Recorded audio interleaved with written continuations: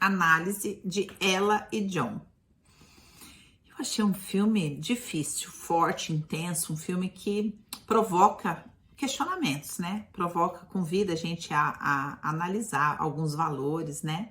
É um filme legal para dar uma boa conversa, né? Depois do filme, assim, uma boa conversa, uma taça de vinho, dá uma boa conversa. Agora, o que dá pra gente olhar ali, primeiro naquilo que o filme provoca, né?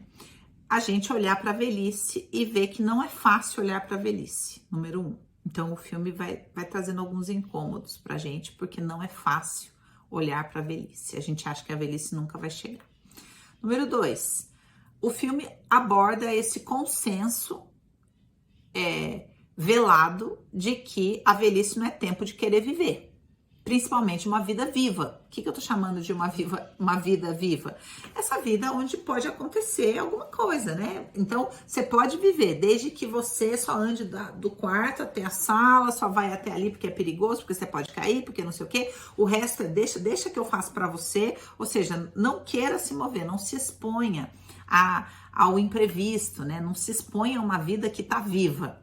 E eles decidem se expor a essa vida mais uma vez, né? No trailer icônico ali deles, que faz parte da história deles, e eles tomam ali o rumo de uma viagem, a última viagem deles, né? Depois a gente vai entender que ela tinha feito essa escolha dessa última viagem para a casa de Hemingway, que era um personagem tão importante na história dele e deles, e a gente também vai entender por quê.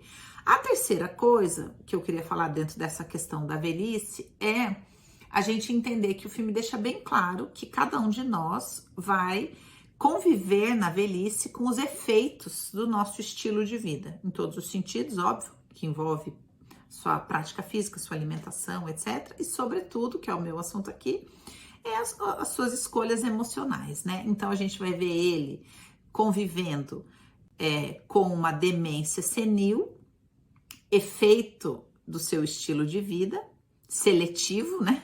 E ele tem dessa demência senil, uma memória seletiva, que é bem evidente que ele teve essa memória seletiva durante toda a vida, né? E ela com um câncer que depois, no final do filme, a gente descobre que já estava generalizado, já tinha tomado o sangue e tudo mais. Então, ela é a pessoa que decide ali dos dois e eles vão nessa jornada.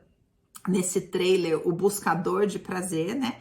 Que parece ser mais ou menos a descrição do estilo de vida deles em busca das viagens, mas que eu acho, numa análise mais profunda, que é uma descrição dele, né? Como é que ela lidou com o fato dele ser um buscador de prazer a vida inteira, né?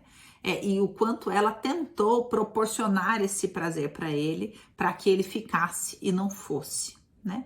Tanto que no momento em que ela entende que ela vai, e provavelmente vai antes dele, ela decide proporcionar para ele o grande prazer que ele sempre quis viver, e ela nunca disse que estava disponível por causa das crianças, que era conhecer a casa do Hemingway, e depois decide que ele vai embora junto com ela, porque ela é uma mulher bastante controladora, né? Então, antes de eu fazer uma análise agora um pouco mais sombria, né, dos aspectos que o filme também traz, eu queria falar desse aspecto bonito que é o amor, né? Que é o amor que a gente vê ali, eles convivendo, né, construindo, escolhendo continuamente por esse amor, apesar de ele, apesar das questões dela, e ela, apesar das questões dele, eles escolhem o amor. E a fala dos filhos de que, na verdade, eles sempre escolheram esse amor, né? E o quanto esse amor que perdura é esse amor que é escolhido cotidianamente, né? Apesar dos pesares, né? Não é um amor idealizado, mas é um amor apesar dos pesares. Então, a gente também compra muito a ideia de que era um amor pela maneira como eles vendem ali, né? O filme acaba retratando, dentro do trecho que a gente acompanha da história de vida deles, mais momentos de alegria e encontro do que momentos de desencontro. Mas na fala do filho, a gente já vê que os momentos de desencontro eram um pouco maiores, né? E aí a gente vai vendo ali algumas situações no meio do filme. Então, falei da questão sombria, por quê? Porque ele era um buscador de prazer, um homem que vivia, um professor de literatura, que vivia na sua intelectualidade e que fez uma escolha. O que é mais importante para mim? É essa identidade. Então, dessa identidade, ele não se esquece. Dessa identidade, ele não abre mão. Então, quem ele permanece sendo durante todo o filme? Ele permanece sendo o jovem professor de literatura galanteador que cita Hemingway, que se suicida, né? Hemingway escreve lá O Velho e o Mar, depois se suicida. Então, existe um paralelo aí também do filme. Mas essa não é a parte mais importante. Ok, então ele não esquece dessa identidade, ele não esquece. Apesar de estar, em alguns momentos, ele esquece completamente onde ele está, em alguns momentos ele faz xixi na calça, ele apela para uma relação maternal com ela, né? Mas assim que ele tem a oportunidade, que ele vê um público, assim, ela deixa ele sozinho, ele já volta a ser quem? Aquele professor que ele não consegue sustentar. Por quê? Porque esse professor tem uma culpa muito séria, né? Que é o quê? O adultério com a tal da vizinha, que a gente só descobre no final do filme e pelo qual ele se penitencia profundamente e projeta nela que a adúltera é ela. Então, ele fica perseguindo ela. Então, veja que essa memória seletiva, essa coisa senil, ela tem muito a ver com as escolhas que a pessoa faz. E aonde que a pessoa consegue, aonde a pessoa escolhe colocar os assuntos, né? Eu fiz aquela análise, acho que é Meu Pai, não lembro agora, que o Anthony Hopkins ganhou o Oscar. A gente vê uma dinâmica parecida, a questão seletiva, porque não há uma condição de se lidar com o conteúdo emocional daqueles fatos, do trauma, enfim, e aí acontece essa questão dessa demência senil, tá? Então a gente vê isso bem claro, assim, nos momentos que ele fica sozinho. Quando ele fica sozinho, ele faz o quê? Em nenhum momento ele fica deprimido, ele vai em busca do prazer. Quando ele tá lá na casa do Hemingway, ele fica lá na festa, no casamento, dançando. Depois que ele cansa de dançar, que ele vai procurar a mamãe, e aí descobre que a mamãe sumiu e não lembra nem direito quem é a mamãe.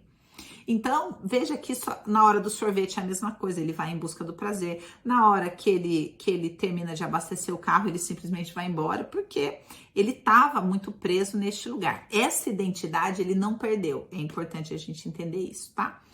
Já ela, uma mulher muito ciumenta, né? Então, tem ciúmes dessa identidade, desaprova essa identidade, porque é justamente com essa identidade que ele se afasta dela. Então, a gente vê os momentos de ciúmes dela em todos, com a garçonete, com as garçonetes, com as jovens garçonetes, com a aluna que ele encontra, né? A gente vê essa raiva dela, esses ciúmes dela. Ela é uma doadora compulsiva. Então, você vê que até no último momento de vida dela, ela decide usar a última força dela para tentar proporcionar para ele o prazer que ele tanto queria. Só que quando ela chega lá, aquilo perde o sentido para ela, porque ela olha, primeiro que tá tendo um casamento, quer dizer, não é nada daquilo, ele tá vivendo as coisas dele, de novo não se conecta com ela tá quase chegando no plano dela, que é que eles iam morrer, e aí aquilo perde o sentido e ela desfalece ali e vai para o hospital, onde deveria ser o caso dela se tratar. Ele vai lá e resgata ela e eles vão embora. Então veja que em nenhum momento ela se permite viver aquilo que ela verdadeiramente queria viver desde o início, que é que ele voltasse para ela, que ela fosse cuidada, né? Toda essa doença, o câncer, ele é uma doença que fala de uma destruição de si mesmo, né? Uma célula que combate a própria célula, ou seja, uma destruição de si mesmo, e ela insiste nesse comportamento, né? De não buscar o próprio cuidado, de não trazer o espaço para as próprias emoções. Você vê que em nenhum momento do filme a gente vê ela comendo, ela só bebe, né? Então, quer dizer, ela tem um perfil bastante autodestrutivo, assim, que fica velado ali, mas bastante autodestrutivo. Então, eles chegam no final da vida como dá. Apesar de ter momentos lindíssimos, né, da dança deles no hotel, deles se divertindo, do momento em que eles fazem amor, dos momentos de encontro deles, né, mas existe essa essência que eles não conseguiram vencer no amor deles e que se tornou o destino deles. O Bert fala muito sobre isso, né, que as nossas escolhas se tornam o nosso destino. E foi exatamente o que a gente viu ali. Então é um filme bem pra gente pensar, né? Em todos os sentidos. Eu espero que essas minhas pontuações aqui também tenham trazido para vocês reflexões que talvez você não tenha visto, né? Por exemplo, a questão dos filhos. Ela, como uma mulher controladora, manteve os filhos aprisionados numa determinada esfera, né? Então, a filha permanece na esfera do pai, faz a escolha do pai, se permanece a filhinha do papai, ela compete com a filha, uma hora ela fala, você sempre ficou do lado do seu pai, você sabia, né? Não deixa a filha voltar para ela, né? E o filho permanece na esfera dela, não consegue ir para o pai, porque o pai está sempre desaprovado aos olhos dela, e ela finge não ver as escolhas do filho, né? Então o filho permanece ali, ela vê uma foto, esse aqui era um amigo dele, né? Ou seja, no próprio telefonema ela meio que tenta, como ela sabe que está se despedindo dele, ela meio que tenta trazer o assunto que ela nunca deixou vir à tona das escolhas do filho. Então a gente percebe que essa personalidade dela, muito profunda, né? Muito controladora, que negava a própria necessidade de nutrição, né? E que também não vivenciou essa nutrição com os filhos por ser meio que obcecada pela relação com ele e pelos ciúmes dele e por essa relação triangular que eles viviam com essa vizinha o tempo todo. Porque no começo do filme ela fala, olha, se você quiser levar sua mãe para o hospital, deixa que eu cuido do seu pai. Depois a gente percebe, gente, quem é essa vizinha, né? Então, esses assuntos, assim, que estão ali na sombra, eles fazem a gente compreender bem a dinâmica que acabou levando a esse destino, né? Espero que você tenha gostado do filme. Eu gostei.